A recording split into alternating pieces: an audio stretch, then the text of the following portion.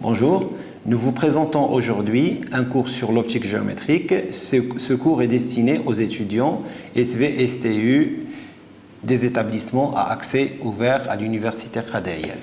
Donc ce cours est composé de 6 chapitres. Un premier concerne une introduction aux principes fondamentaux de l'optique géométrique.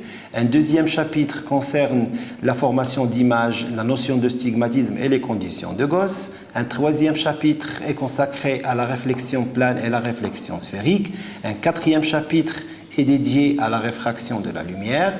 Un cinquième chapitre concerne l'étude des lentilles minces, convergentes et divergentes. Et un dernier chapitre qui concerne l'optique instrumentale. Nous commençons d'abord par un premier chapitre qui concerne une introduction aux principes fondamentaux de l'optique géométrique et on verra dans un premier paragraphe une introduction à l'optique géométrique suivi d'un second paragraphe sur la nature de la lumière, un troisième paragraphe sur l'aspect corpusculaire et l'aspect ondulatoire de la lumière et finalement un dernier paragraphe sur les principes et lois de Descartes de l'optique géométrique.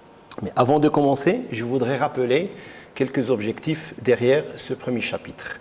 Donc, on va découvrir comment se répand la lumière à travers une source ponctuelle. Ensuite, découvrir comment les rayons lumineux peuvent représenter l'étalement de la lumière à partir d'une source ponctuelle. Examiner ensuite de manière quantitative la réflexion de la lumière à la surface de séparation entre deux milieux transparents. Comprendre les lois de Ibn Sahl, Descartes et Snell pour la réfraction. Et finalement observer la réflexion interne et ses conséquences et ses conditions de réalisation. Donc, je préfère d'abord commencer par définir ce que c'est le phénomène lumineux. Donc, vous savez que notre capacité à observer les objets dépend du parcours entre la lumière et l'œil. Ce parcours, on l'appelle le milieu. Et il est caractérisé par un indice de réfraction qu'on va développer par la suite. Et en ce qui concerne la lumière, les premières théories établies par Newton, il avait prédit que la lumière était composée de particules. Mais c'était des particules qui se propageaient sous forme de rayons lumineux rectilignes. Alors qu'au début du 19e siècle, plusieurs expériences d'interférence ont plutôt montré de manière irréfutable que la lumière était composée d'une onde. Donc la lumière était une onde lumineuse. En 1905, la théorie d'Einstein avait montré et reconfirmé la théorie de Newton que la lumière était plutôt composée aussi de particules. Donc pour nous, nous considérons les deux aspects, l'aspect corpusculaire et l'aspect ondulatoire. Je reviendrai par la suite sur ces aspects.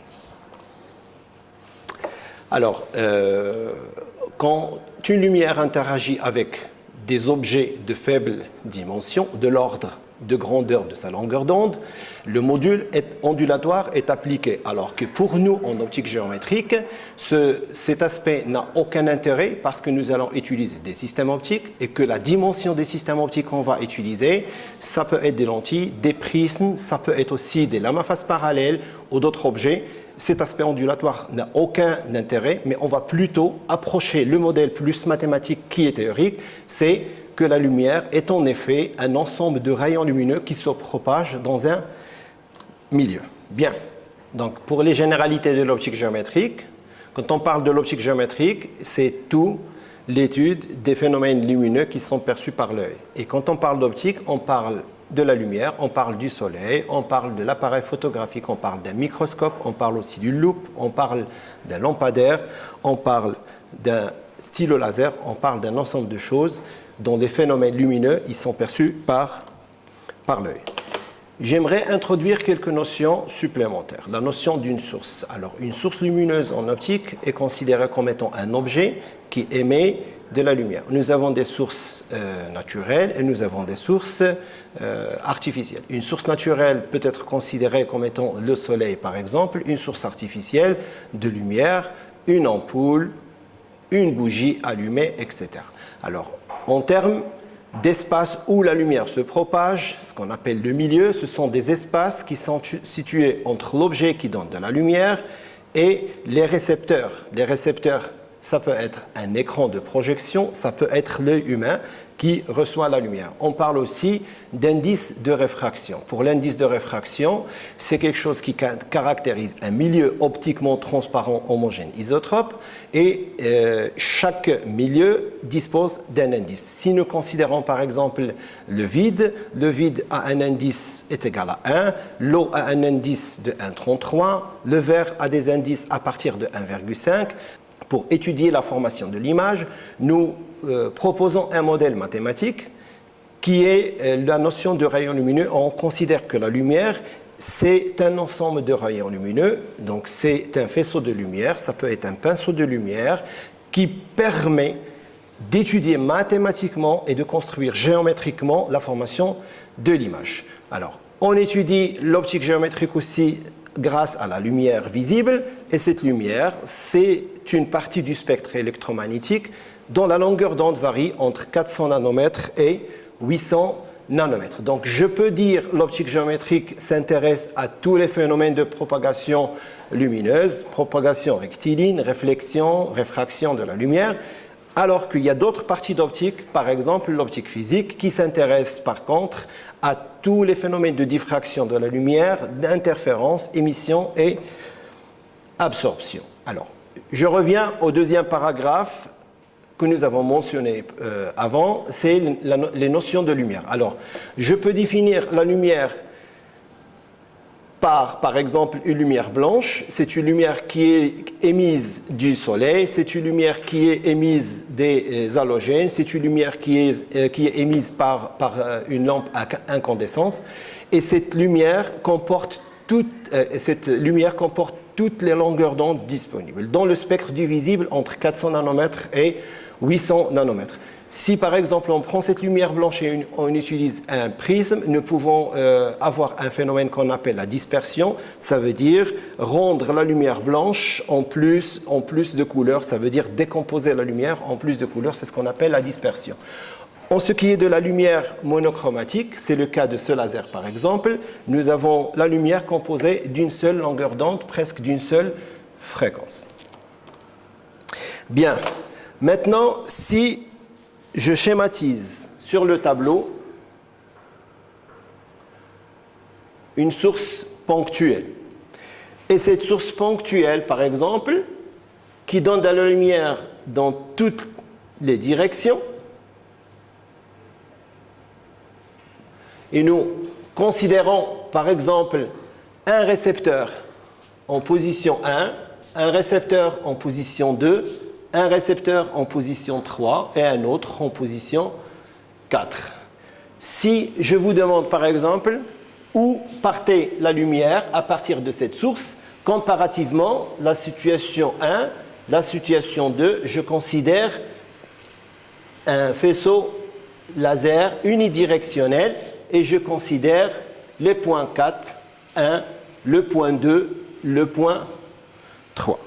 Alors, comme on peut voir, à partir d'une source ponctuelle, la lumière, par exemple, le cas de cette source, la lumière va se diriger sur le point 4, va aussi se diriger vers le point 2, se diriger vers le point 1, 2, 4 et le point 3. Alors, pour le cas du laser, la lumière ne va pas croiser les points parce que la propagation se fait de manière rectiligne et l'approche de l'onde, ici, c'est une onde plane unidirectionnelle et on ne verrait pas éclairer les points qui sont loin de la trajectoire et de l'alignement de ce rayon laser. Donc on définit une source ponctuelle qui émet une onde sphérique et des fronts d'onde qui sont successivement sphériques qui se dirigent dans tout l'espace et un rayon laser qui plutôt émet dans une seule direction et n'intercepte que les récepteurs qui sont sur sa trajectoire. Donc cette différence, on peut la comparer par rapport au Soleil par exemple et par rapport à une source laser. Et nous pouvons dire dans ce cas que la lumière effectivement dépend vu son caractère ondulatoire de la nature de l'onde qui est émise. Donc une onde plane ou une onde sphérique qui émet dans toutes les directions.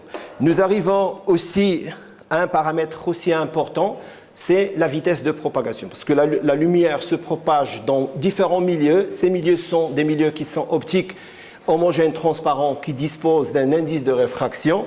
Et quand la lumière se propage, elle se propage avec une vitesse. Alors, nous définissons la vitesse de propagation d'une lumière. Si je considère son module, ça va être le rapport entre C sur N. Alors, la vitesse de propagation dans un milieu est égale à la vitesse de propagation de la lumière dans le vide, qui est estimée à 3 fois 10 à la puissance 8 mètres par seconde, et l'indice N, qui est l'indice de réfraction du milieu. Et en général, cet indice, il est supérieur ou égal à 1. Nous identifions le vide comme étant un milieu d'indice N est égal à 1. Donc, si je reviens pour définir le rapport N, ce serait C sur V, et c'est quelque chose supérieur ou égal à 1. Donc, cette vitesse de propagation, elle est née de l'interaction de la lumière avec le milieu avec lequel elle interagit. Donc, nous reportons sur un tableau les éléments et leur indice. Donc le troisième paragraphe était consacré aux différentes théories de la lumière. Nous avons déjà énoncé que la lumière avait un comportement ondulatoire, et ce comportement confère à l'onde des propriétés qui sont entre autres une vibration avec un champ électromagnétique. Donc l'onde était composée lors de son mouvement d'une composition entre le champ E, un champ électrique, et un champ magnétique B, et qui se propageait perpendiculairement à la direction 2 à 2 et perpendiculairement à la direction de propagation. Donc le champ E peut être décrit par une vibration E, par exemple, E0, cosinus oméga t moins phi, avec phi phase, E la pulsation et E l'amplitude, et le vecteur unitaire.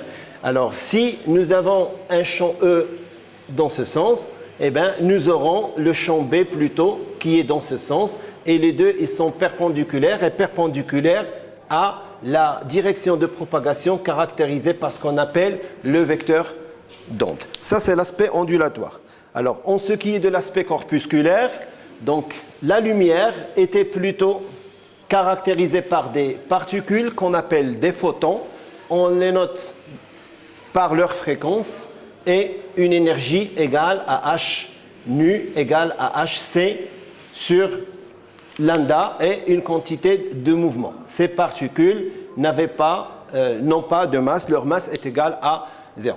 Donc, si maintenant nous comparons les deux aspects des rayons lumineux qui proviennent d'une source lumineuse, je reviens sur le cas aussi des rayons que nous avons appelés divergents, et que la lumière était dite composée d'ondes divergentes, et les fronts d'onde sont d'une surface sphérique. Donc les rayons provenant d'un laser, par contre, sont essentiellement parallèles et divergent difficilement. Donc le laser, il est aligné et on a très peu de divergence en général. Ce sont des rayons lumineux qui sont appelés des rayons parallèles, et la lumière est dite composée d'ondes planes, et les fronts d'onde de cette lumière laser, c'est plutôt des plans. Voilà. Alors, je vous propose de réaliser une petite expérience pour mettre en évidence le rôle de l'indice de réfraction en optique géométrique. Pour cette expérience, nous aurons besoin de 2 tubes ASC en Pyrex. Nous aurons besoin d'un liquide magique et nous avons besoin d'eau. Donc les 2 béchers, l'un est rempli de l'eau, tout simplement, de l'eau de robinet, et le second est rempli d'un liquide magique. D'accord ? Les 2 tubes ASC que j'ai entre les mains sont visibles à l'œil. Alors, l'observation des 2 tubes ASC, c'est des tubes en verre, est possible parce que toutes les lumières environnantes tapent sur ces tubes à essai, ils sont réfléchis vers les yeux et nous avons ce phénomène de perception de ces tubes à essai. Alors, ma question est la suivante. Dans l'air, je vois bien et clairement ce tube à essai. Qu'est-ce qui va se passer si j'introduis ce tube à essai dans l'eau? Regardez ce qui va se passer. On le voit, et quand je le remplis, et je le vois très clairement.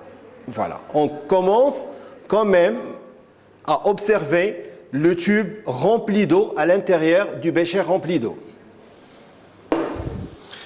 Je considère le deuxième tube où j'ai un liquide magique et je vais voir ce qu'il va faire à ce tube qui est là. Regardez. Alors, j'introduis. Le tube n'est pas rempli et on le voit toujours. Mais par contre, si je commence à remplir, voilà, le tube à essai disparaît complètement. Donc, comment peut-on mettre en évidence cet aspect-là, ce concept du fait que, en remplissant le tube à essai, je fais disparaître totalement mon tube. Je vais essayer de le ressortir une deuxième fois et on le voit clairement. En fait, ce qui se passe, c'est que dans ce liquide magique, j'avais non seulement ce premier tube, mais avant que je réalise cette expérience, j'avais d'autres tubes qui sont dans l'eau. Et voilà le deuxième, et j'ai encore d'autres, mais on n'arrive pas à les voir. Alors ce caractère qui est propre à ce milieu, c'est ce qu'on appelle l'indice de réfraction. Parce que, comme par hasard, le tube à essai et le liquide que j'ai, qui est l'huile tout simplement de cuisine, ils ont le même indice. Et quand on a le même indice, regardez, ça disparaît complètement. Nous allons établir la relation entre la longueur d'onde lambda, l'indice de réfraction n, la vitesse de propagation dans le milieu et la fréquence nu. Nous avons lambda est égal à v fois t, t étant la période, et nous avons aussi v est égal à c sur n, ce qui nous fait lambda 0 sur n. Lambda 0 sur n étant égal à la longueur d'onde dans le milieu et qui est inférieure à la lambda 0 dans le vide. La fréquence étant égale à c sur nu0 est égale à v sur lambda, ce qui fait que n est égal à c sur v et c'est toujours supérieur ou égal à 1. Dernier paragraphe sera consacré aux principes et lois de l'optique géométrique et nous allons commencer par la notion du rayon lumineux. En effet, comme je l'ai dit au départ, nous ne pouvons pas se baser sur un modèle qui n'est pas mathématique pour expliquer l'optique géométrique. Et nous avons opté pour un modèle qui est théorique, qui est conféré à la lumière cette notion de rayon lumineux. Ce rayon lumineux, il va être très simple pour nous donner la formation d'images. On aura à faire des constructions géométriques. L'objectif final, c'est pour permettre de déterminer la formation des images à travers les systèmes optiques. Et donc la notion de faisceau lumineux ou de rayon lumineux est très importante à partir d'une source ponctuelle. Si nous considérons le schéma suivant, par exemple le cas d'une source, nous avons une source S qui émet une lumière dans toutes les directions. Comme on l'a rappelé, c'était une onde sphérique et les plans d'onde, les surfaces dentées des sphères sur un objet qui permet d'obtenir une ombre sur un écran. Donc l'ombre qui est portée sur un écran est en effet obtenue tout simplement parce qu'il y a un rapport d'homothétie entre la source, l'objet et l'écran. Et donc c'est aussi une manière de dire que l'ombre portée, sur l'écran est homothétique à l'objet, ce qui suggère que le faisceau de lumière issu de la source est constitué de supports rectilignes. Ces supports, on les appelle les rayons lumineux. On parlera toujours en optique géométrique d'un rayon et en effet, il n'existe pas parce qu'on ne peut pas isoler un rayon lumineux. On va parler plutôt d'un faisceau de lumière. Bien. Si on essaie d'isoler un rayon de lumière, comme on peut le voir sur la diapositive suivante, nous considérons une ouverture élargie où on fait passer un faisceau de lumière et nous commençons après quelques centimètres de réduire jusqu'au dernier écran où nous mettons une toute petite ouverture de l'ordre du dixième de millimètre et nous perdons cet aspect de l'optique géométrique. Et nous n'avons plus la propagation rectiligne de la lumière parce que ce qui va sortir de l'autre côté, c'est plutôt des taches de diffraction et nous perdons l'aspect de l'optique géométrique. Donc, isoler un rayon lumineux, on ne peut pas le faire, mais on traitera l'optique géométrique dans son aspect plus général macroscopique comme une interaction de la lumière avec des objets de grande dimension. Parce que quand on essaie de prendre une petite ouverture comme on a vu sur la diapositive, on arrive à un phénomène qui est tout à fait différent de l'optique géométrique, c'est le phénomène ondulatoire. En conclusion, on ne peut pas isoler un rayon lumineux. Cependant, l'optique géométrique étudie la marche des rayons lumineux dans les milieux transparents. Pour pouvoir déterminer la marche d'un rayon, on doit quand même énoncer certains principes et lois qui régissent son comportement tel qu'il a été défini. Et je commencerai par les observations et les hypothèses. Quand on parle d'observation, par exemple, observer une goutte d'eau microscopique qui constitue par exemple la brume, observer l'ombre d'un objet, l'ombre propre ou l'ombre portée sur un écran, observer de la fumée par exemple dans un environnement lumineux, observer le phénomène des éclipses de la Lune, etc. Donc on peut, d'après ces observations, confirmer que la lumière se propage en ligne droite. C'est ce qu'on appelle donc la propagation rectiligne. En ce qui est des principes, je vais énoncer 3 principes. Le premier, c'est le principe d'indépendance des rayons lumineux. Ça veut dire que si vous avez 2 sources ponctuelles qui projettent de part et d'autre des lumières différentes, nous aurons à l'opposé de chaque partie des lumières qui n'interfèrent pas entre elles. Ça veut dire que la lumière a un principe d'indépendance des rayons lumineux et que nous n'aurons pas, à cette échelle macroscopique, d'interférence de lumière. Un second principe, c'est ce qu'on appelle le retour inverse de la lumière. Ça veut dire que la lumière va emprunter à l'aller comme au retour le même trajet. Et elle va se rappeler, comme à l'aller et au retour, le chemin qu'elle a emprunté, même si le milieu qui est parcouru est composé de différentes séquences d'indices de réfraction très différents. Le troisième principe, c'est le principe de Fermat, qui dit que le trajet suivi par des rayons lumineux pour aller d'un point M à un point M' est celui pour lequel le chemin optique est extrémum. Donc, je reviens pour expliquer le chemin extrémum. Si je considère, par exemple, le chemin optique entre 2 points A et B, A et B, et si je suppose que j'ai un milieu 1 d'indice N1, un milieu 2 d'indice N2, un milieu 3 et un milieu 4, alors la lumière peut faire comme ça, par exemple, peut faire comme ça, peut faire comme ça et peut faire comme ça. Donc j'ai 1, 2, 3 et 4. Donc ce chemin optique est extrémum, ça veut dire la dérivée de L est égale à 0.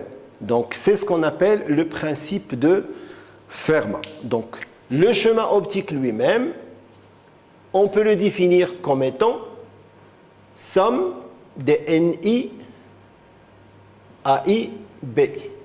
NI, ce sont les indices de réfraction des milieux. AI, BI, ce sont les distances parcourues par la lumière entre le milieu 1, 2, 3 et 4. Mais si nous avons un milieu qui est continu, ça c'est le cas d'un milieu discontinu, si nous avons un milieu qui est continu, on va noter par l'intégrale tout simplement de n fois dl sur toute la trajectoire. Donc j'ai l'intégrale de l'indice produit par l'élément de déplacement. Donc dans les 2 cas, quand on parle du principe de Fermat, j'ai L et extrêmement. J'entame le dernier paragraphe qui concerne les lois de Descartes. Et ces lois de Descartes constituent principalement les lois qui lient les angles d'incidence, les angles de réflexion et les angles de réfraction en fonction des indices des milieux trouvés. Je considère, par exemple, une lumière qui voyage d'un milieu 1 d'indice N1 vers un milieu 2 d'indice N2. Et dans ce cas, je dois décider lequel des deux milieux est plus réfringent que l'autre. Un milieu plus réfringent, c'est un milieu homogène, transparent, isotrope qui possède un indice plus élevé que l'autre. Je prends le cas, par exemple, de N1 supérieur à N2. Et dans ce cas, je peux dire que le milieu 1 est un milieu plus réfringent que le milieu 2 par cause de ces des indices. Bien, je considère qu'un faisceau de lumière ou un rayon de lumière qui arrive d'une source ponctuelle vers la surface au point I va subir une réfraction. Donc une réfraction ici est définie comme étant le changement de direction par rapport au rayon initial. Donc la normale à cette surface est étant la droite qui est perpendiculaire à la surface et je définis l'angle entre la normale et le rayon SI comme étant l'angle d'incidence. Alors, parler de la réfraction, c'est parler d'un changement de direction. Et si N1 est supérieur à N2, je vais devoir représenter sur le milieu 2 la trajectoire du rayon IR. SI est appelé rayon incident, N est appelé la normale, S est appelé la surface et IR est appelé le rayon réfracté. Et l'angle de réfraction, c'est l'angle qui est défini entre la normale et le rayon réfracté. Ce schéma est convenable pour une surface plane, mais on n'a pas toujours des surfaces planes. Donc je passe sur la diapositive suivante et on considère un cas de figure où la surface n'est pas forcément plane. Ça peut être une surface qui est sphérique et je vais utiliser les mêmes considérations. Je reviens sur les lois de Descartes pour discuter l'aspect mathématique de ces lois de Descartes. Nous avons initialement N1 sinus I1 est égal à N2 sinus I2 et je vais faire un petit schéma. Je considère le milieu 1, le milieu 2, je considère un rayon lumineux qui arrive au point d'incidence I, je trace ma normale, je repère mon angle I1 et je considère N1. La direction d'incidence, c'est celle au pointillé. Je vais, si N1 est supérieur à N2, je vais avoir un rayon réfracté que je note IR. Et l'angle de réfraction, ça va être I2. Donc, cette loi mathématique N1 sinus I1 peut être mise sous la forme N1 sur N2 sur sinus I1. Puisque N1 est supérieur à N2, j'ai ce terme qui est supérieur à 1. Donc, sinus I2 supérieur à sinus I1.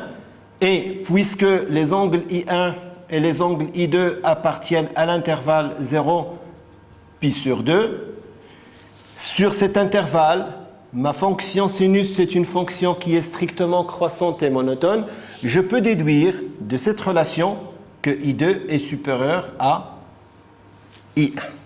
Bien évidemment, l'autre cas, si N1 est inférieur à N2, je vais déduire que I1 est supérieur à I2. Bien. Donc, restons sur ce cas.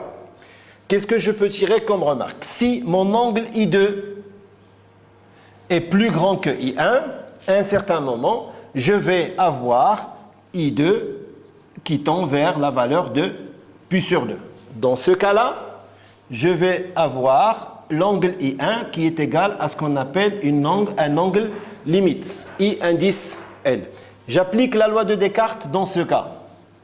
J'ai N1 sinus cet angle IL limite égale à N2 sinus de pi sur 2. Et vous savez que sinus de pi sur 2 est égal à 1. Donc, je vais avoir la valeur de IL comme étant l'arc sinus de N2 sur N1.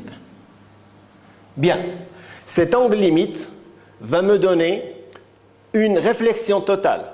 Ça veut dire que le schéma que j'ai ici, il va changer parce que sur ma surface, je représente ma normale, j'identifie milieu 1, milieu 2, et l'angle que j'ai ici n'est plus I1, c'est un angle limite qui est IL.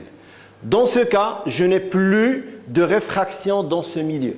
Pour cet angle limite, pour la valeur de I est égale à IL, j'ai ce qu'on appelle une réflexion totale. Et j'ai un angle ici de moins IL. Donc, l'angle limite est appelé angle de réflexion totale. Et c'est comme ça qu'on réalise une réflexion interne totale. Par contre, si je reviens au deuxième cas où l'indice N1 est plus petit que N2, je vais avoir N1 sur N2 est égal sinus de I2 sur sinus de I1. Et comme le rapport N1 sur N2 est plus petit que 1, je vais déduire effectivement que I1 est supérieur à I2. Et comme I1, c'est un angle d'incidence qui est plus grand que I2, je peux à la limite avoir I1 qui tend vers la valeur de pi sur 2. Et dans ce cas, ma relation serait N1 sinus de pi sur 2 est égal à N2 sinus d'un angle I limite. Et cet angle I limite, qui est différent de l'angle de réflexion totale interne, est appelé l'angle de réfraction limite cette fois. Donc IL est égal à l'arc sinus de N1 sur N2 qui ne me donne pas du tout une réflexion totale, mais qui me donne un maximum de réfraction. Donc sur un schéma, je peux représenter la chose comme ça. Donc 1 et 2. J'ai ici l'angle I1 qui va vers pi sur 2. Alors l'autre, il va être I indice L et qui est égal à l'arc I indice L est égal à l'arc sinus de N1 sur N2. Cet angle-là est appelé l'angle de réfraction limite. Voilà les deux phénomènes que je peux avoir en tant que conséquence des lois de Descartes.